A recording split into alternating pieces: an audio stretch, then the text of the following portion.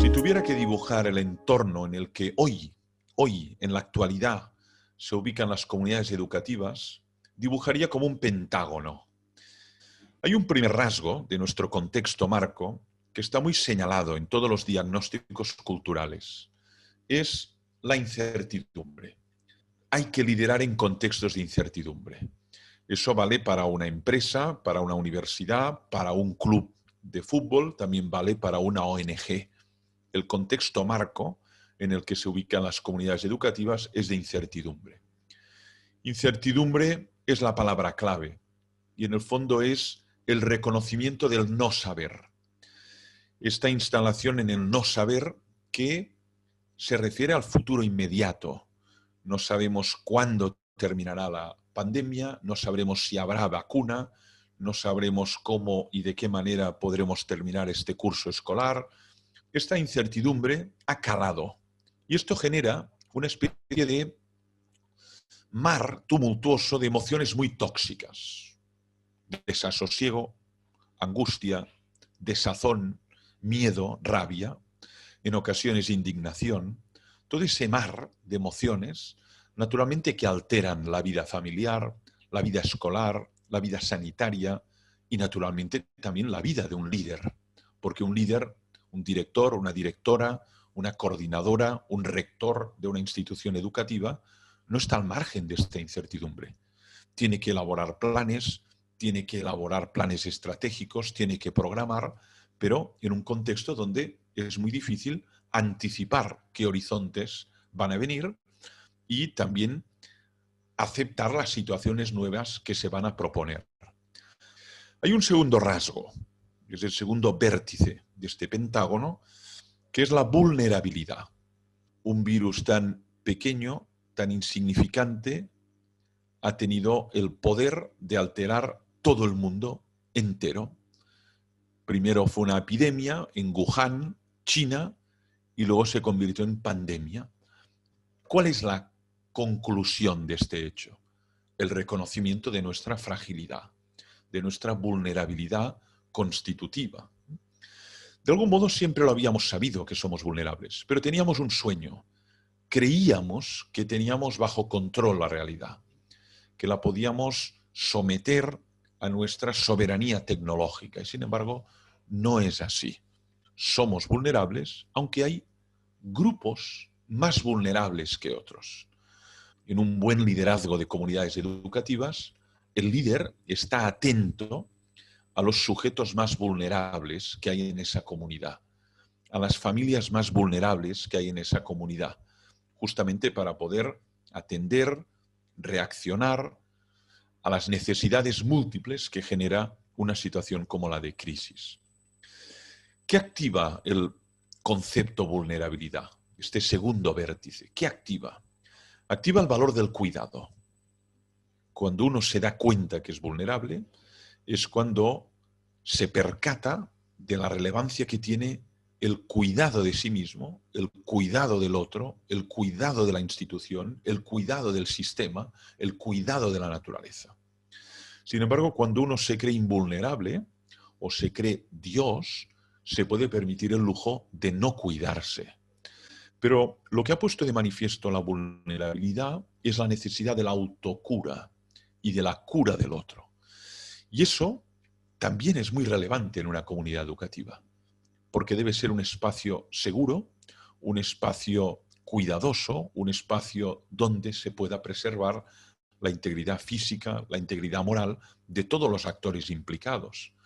Hay un tercer rasgo donde están ubicadas estas comunidades educativas que quiero subrayar también, que es la volatilidad. La palabra volátil o el sustantivo volatilidad me parece que describe muy bien el alma de nuestra época. Zygmunt Bauman utilizó el término líquido. Sin embargo, lo líquido todavía lo puedes observar. Uno observa un río, el caudal, cuando dibuja un meandro, cuando baja por una cascada, y tiene cuerpo un río.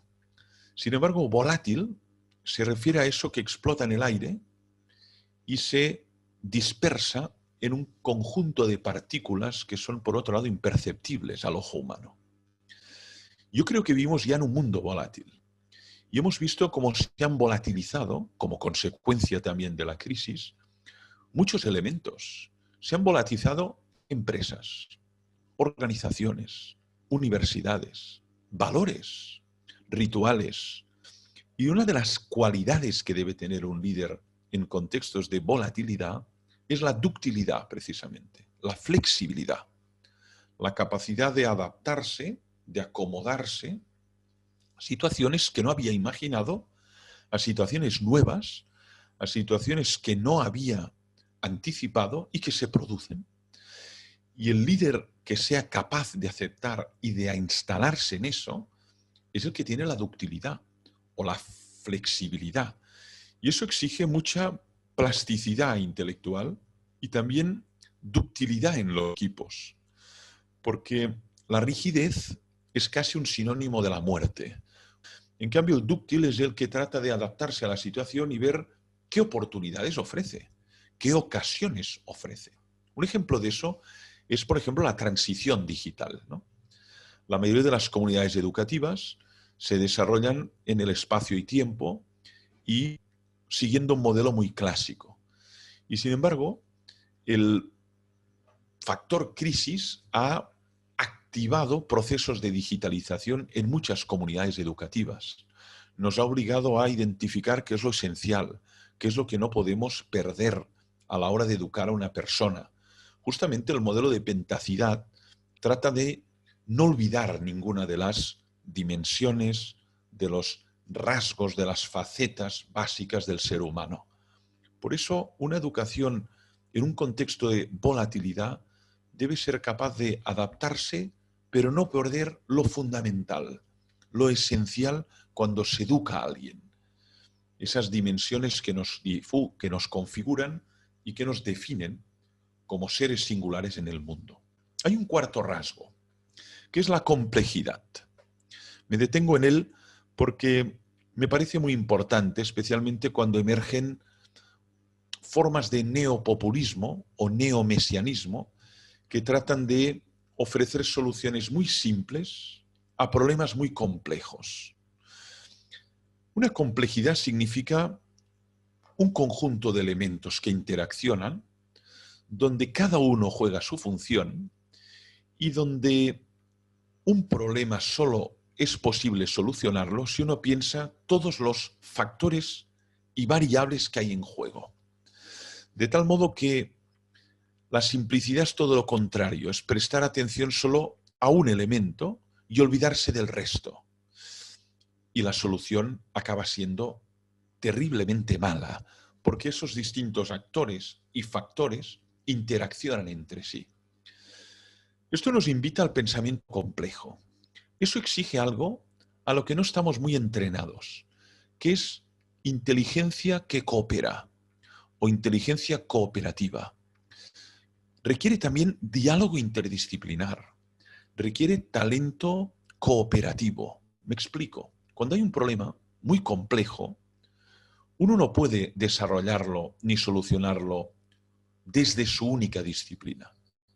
Es imprescindible que profesionales competentes de distintas disciplinas sean capaces de mirar el mismo problema, poner el zoom en el mismo problema y tratar de ver desde las distintas perspectivas cuál es la mejor solución o cuál es la solución menos dañina para el bien común o para el interés general. Y eso requiere de diálogo, eso requiere de escucha, eso requiere de consensos, eso requiere de diálogo interdisciplinar o suma de perspectivas. Eso es lo que, de algún modo, ya desarrollamos en el ámbito educativo. Cuando a la hora de desarrollar un problema nos escuchamos, nos atendemos, tratamos de ver qué enfoques hay, qué consecuencias puede haber de cada una de las soluciones y tratamos de, finalmente, optar por aquella que nos resulta más adecuada teniendo en cuenta el contexto. Cuando cambia el contexto, se puede plantear otra solución más adecuada o más acomodada a esa situación nueva. Por tanto, la complejidad nos exige diálogo, interdisciplinar, inteligencia que coopera. Ya veremos que la inteligencia espiritual se puede desarrollar aisladamente, pero crece exponencialmente cuando uno interacciona con otra persona que también ha desarrollado esta inteligencia espiritual. Como pasa con la ciencia. Piensen en el presente. Hay miles de científicos en todo el mundo centrados en el COVID-19 y tratando de buscar una vacuna. Si estos científicos que trabajan en distintos lugares del mundo, Estados Unidos, Argentina, España, Alemania, Inglaterra, cooperan a través de sus inteligencias y tratan de descartar hipótesis, ensayar pruebas, naturalmente el resultado será muy superior y mucho antes que si trabajaran aisladamente y no tuvieran conocimiento de las hipótesis frustradas o de los caminos errados que otros han desarrollado. Por tanto, la inteligencia cooperativa nos abre a soluciones mucho más rápidas y mucho más fáciles de conquistar que cuando uno trabaja de un modo unidimensional y herméticamente encerrado en su conciencia, en su laboratorio o en su despacho. Finalmente hay un último rasgo para terminar la primera parte. Y es un rasgo que no es nada irrelevante, que es la interdependencia. El mundo ha dejado de ser una suma de feudos aislados o autosuficientes. Y la mejor imagen para definir el mundo es la red. Una red donde todos los hilos están interaccionando, de tal modo que no se puede tirar de un cabo o de un nudo sin arrastrar toda la red. Eso me parece imprescindible para comprender el mundo en el que están ubicadas las comunidades educativas. Lo lejos está cerca y lo que está cerca tiene efectos en lo que pasa muy lejos. Significa que no podemos vivir al margen de eso que ocurre lejos, porque al fin y al cabo nos va a afectar en la vida cotidiana, en el día a día, en nuestras decisiones particulares. Lo vimos especialmente con la crisis del COVID-19. Cuando empezó en China, muchos pensábamos, esto está muy lejos, no nos va a afectar, esto queda muy lejos de nuestras latitudes. Y sin embargo, llegó y alteró nuestras agendas y nuestra vida personal y nuestra vida profesional. Eso significa que el mundo es uno y por lo tanto no podemos pensar fragmentariamente o aisladamente. ¿Qué nos exige esta idea de interdependencia o esta idea de red? Pues el cultivo de responsabilidad. ¿Qué hago yo o qué dejo de hacer? Porque también depende de ti. También depende de ti individualmente el bienestar del conjunto. O salir del camarote para darse cuenta que vives en un gran transatlántico en el que todos estamos embarcados. Y por lo tanto, si se hunde para todos. Eso nos exige superar el atomismo, el individualismo, la fragmentación, la sociedad del yo y abrirnos al nosotros. Superar lo que a mí me gusta denominar la conciencia tribal, mi pueblo, mi etnia, mi raza, mi nación, y abrirse a la conciencia global. 5 rasgos. Este es el pentágono que quería subrayar, que simplemente lo sintetizo en 5 palabras. La incertidumbre, la vulnerabilidad, la volatilidad, la complejidad y la interdependencia.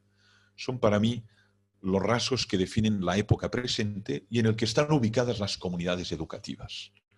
No pueden sustraerse de esta situación, no pueden aislarse, sino que deben lidiar, trabajar e interaccionar con esta situación y además no sabemos cuánto tiempo y cómo de largo será este contexto en el que nos ubicamos.